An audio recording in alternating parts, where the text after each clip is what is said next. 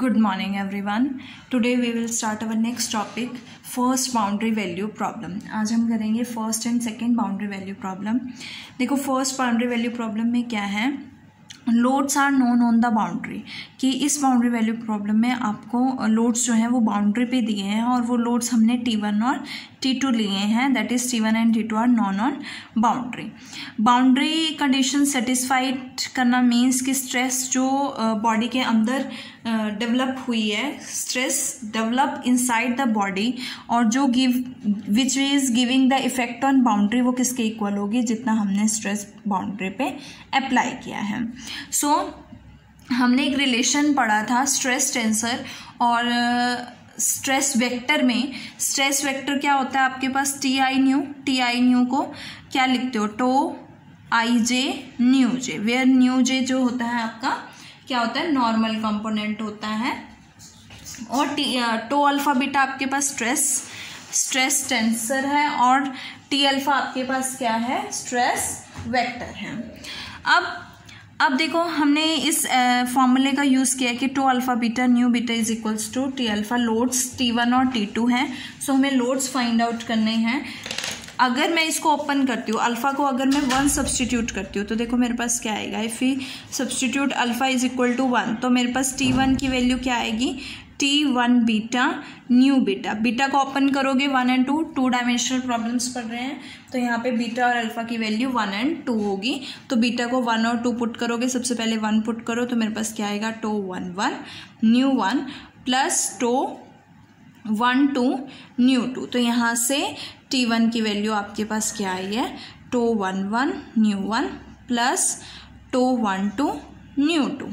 अब second value अगर मैं अल्फ़ा को 2 पुट करती हूँ, सो अल्फ़ा को 2 पुट करो, आपके पास क्या बनेगा, T2 is equals to tau 2 beta nu beta. Beta को ओपन करोगे आपके पास क्या आएगा, बीटा को ओपन करो क्या आएगा, tau 2 1 nu 1 plus tau 2 2 nu 2. अब देखो हमें T1 और T2 की वैल्यू फाइंड आउट करनी है. किसकी वैल्यू चाहिए, टो 1 1 टो 1 2 टो 2 1 टो 2 2 की वैल्यू चाहिए. So as you know that tau 1 1 किसके इक्वल होता है, u कॉमा 2 2 के इक्वल होता है. टो 2 2 किसके इक्वल होता है, u कॉमा 1 2 के इक्वल होता है. टो 1 2 किसके इक्वल होता है, नेगेटिव ऑफ सॉरी यहाँ 1 1 आएगा, नेगेटिव ऑफ u कॉमा 1 2 के इक्वल होगा. ये तो आपके पास वैल्यूज आ गई टो 1 1 टो 2 2 एंड टो 1 2 की. और टो 1 2 किसके इक्वल होता है, टो 2 1 के इक्वल होता है. नेक्स्ट हमें किसकी वैल्यू चाहिए, न्यू 1 न्यू 2 और न्यू 1 और न्यू 2 की वैल्यू चाहिए. उसके लिए हम फिगर ड्रॉ करेंगे. Let the curve be this, ये बाउंड्री है आपके पास. इस बाउंड्री के लॉन्ग एक टेंजेंशियल कंपोनेंट होगा, एक नॉर्मल कंपोनेंट. तो नॉर्मल कंपोनेंट मैंने न्यू ले लिया, ये हमने पहले भी किया है, और टेंजेंशियल कंपोनेंट मैंने एस लिया है. ये x1 एक्सिस है, ये x2 एक्सिस है.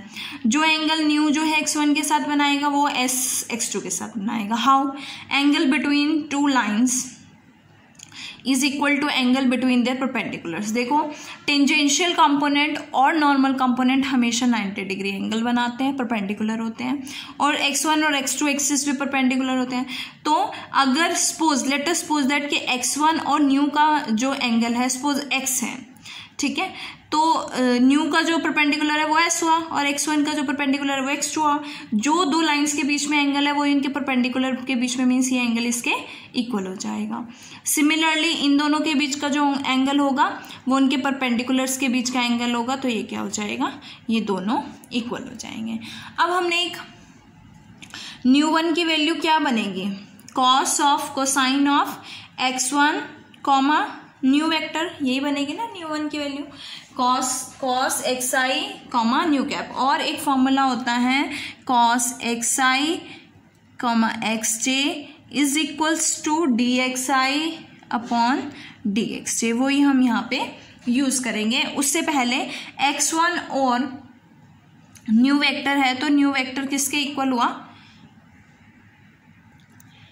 देखो जो x1 और न्यू के बीच का एंगल होगा वही सेम x2 और s के बीच का एंगल होगा. सो मैं लिख सकती हूँ cos of x2 comma s, है ना, और कॉस x2 कॉमा s क्या बनेगा, dx2 by ds by this formula.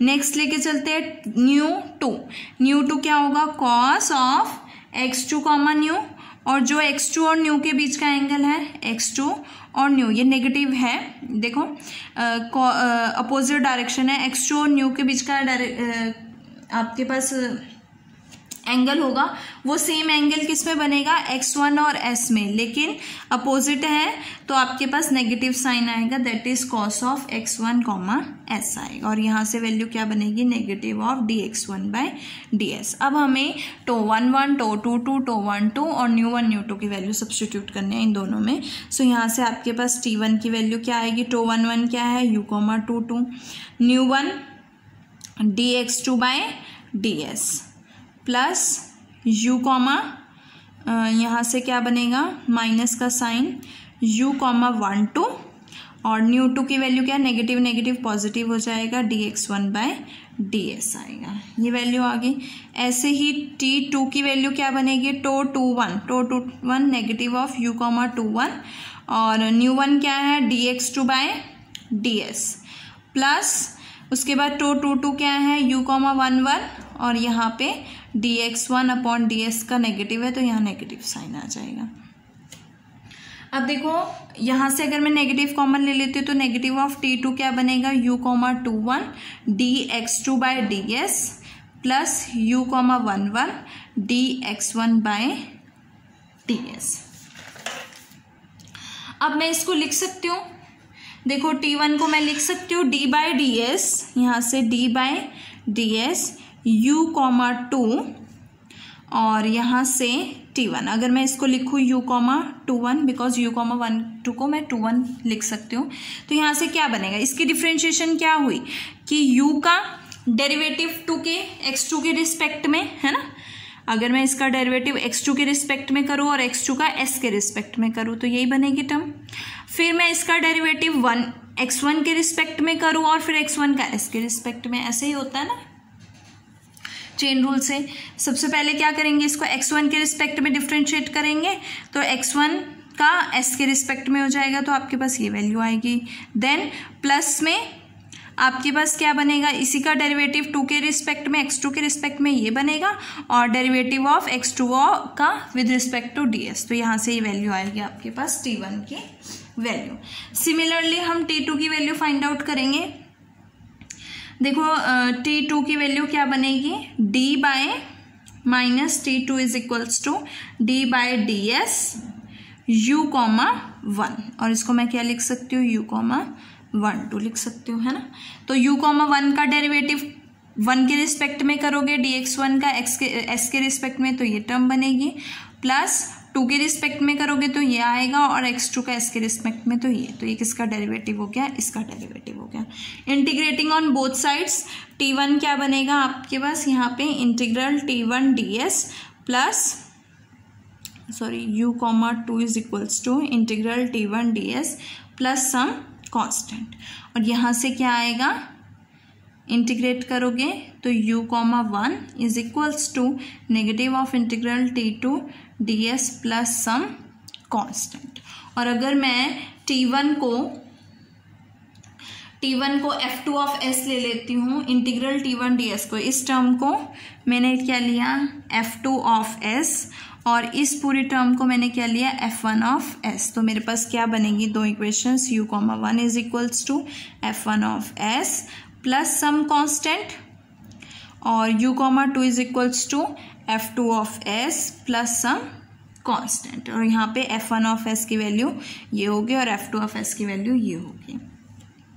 इसी तरह से अगर मैं u comma 1 plus eta u comma 2 find out करूँ, u comma 1 plus eta u comma 2 find out करूँगी तो मेरे पास क्या आएगा, f1 of s plus eta f2 of s plus some constant. Okay, now अगर कि हम जो है एज यू नो दैट कि जो हमने एरी स्ट्रेस फंक्शन किया है, u यहाँ पे कैपिटल U जो है एरी स्ट्रेस फंक्शन है, और एज यू नो दैट कि हम एरी स्ट्रेस फंक्शन का सोल्यूशन एनालिटिक फंक्शन में भी फाइंड आउट कर सकते हैं, जो हमने किया था।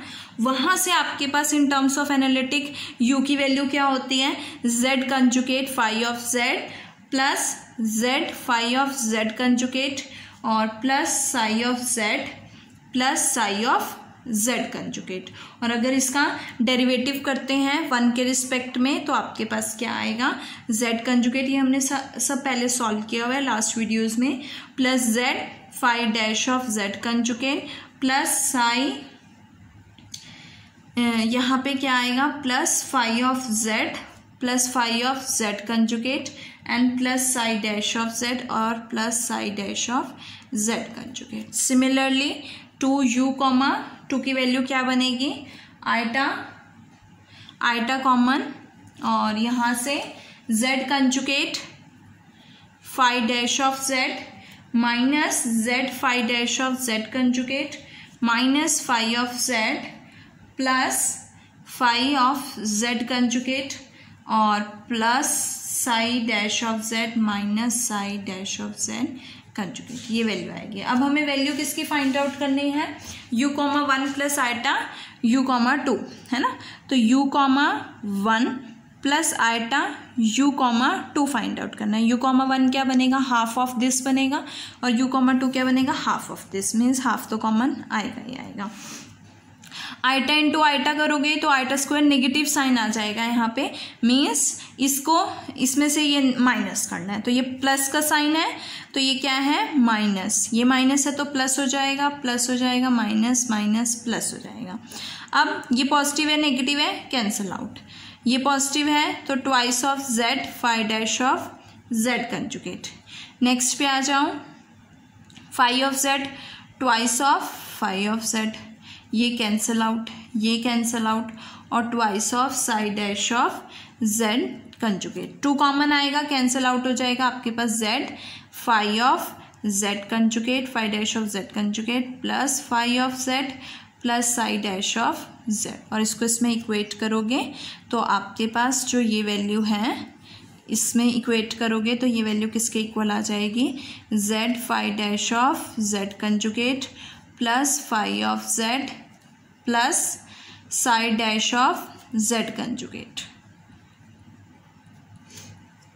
और this must be true on boundary, और ये जो है बाउंड्री पे ट्रू होगा, और जहाँ पे F1 और F2 क्या होंगे, नॉन होंगे। इसके साथ ये टॉपिक खत्म होता है। अब हम करेंगे सेकेंड बाउंड्री वैल्यू प्रॉब्लम।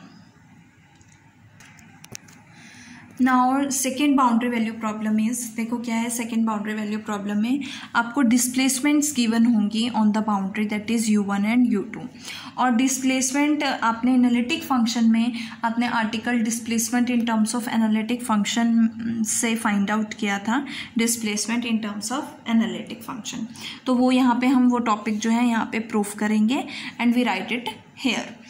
सो वहाँ से आपके पास जो रिजल्ट आया था वो क्या था, 2 mu u1 plus eta u2 is equals to kappa phi of z minus z phi dash of z conjugate minus psi dash of z conjugate, और कापा की वैल्यू क्या है यहाँ पे, lambda plus 3 mu upon lambda plus mu.